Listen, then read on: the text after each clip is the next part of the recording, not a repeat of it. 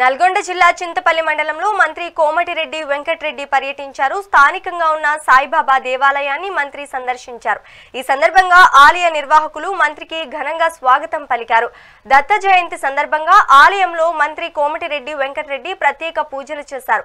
అనంతరం ఆలయ నిర్వాహకులు మంత్రికి తీర్థ ప్రసాదాలు జ్ఞాపికను అందజేశారు.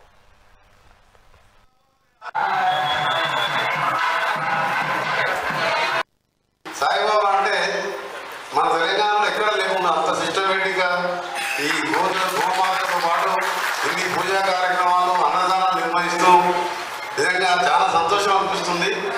అందుకని దీన్ని నేను చెప్పిన గతంలో నిత్యాన్నదాన పథకానికి తప్పకుండా నా వంతు చేస్తానని చెప్పడం, కాకపోతే మధ్యలో ఎంపీగా 5 ఏళ్ళు ఉండడం, మళ్ళీ అంతకుముందు 20 ఏళ్ళు ఎమ్మెల్యేగా, మళ్ళీ ఇప్పుడు మినిస్టర్గా, సరే ఎన్నున్నా కానీ దేవుని భక్తులు మేము కూడా వేణుగోపాల స్వామి నాగపేట దగ్గర దాదాపు 25 కోట్లతోని దేవస్థానం కట్టించి మన కంచి పీఠాధిపతి విజయేంద్ర సరస్వతి కూడా అక్కడ ఆహ్వానించడం జరిగింది. మేము ఆది శంకరాచార్య విగ్రహం కూడా ప్రతిష్ఠించబోతున్నాము.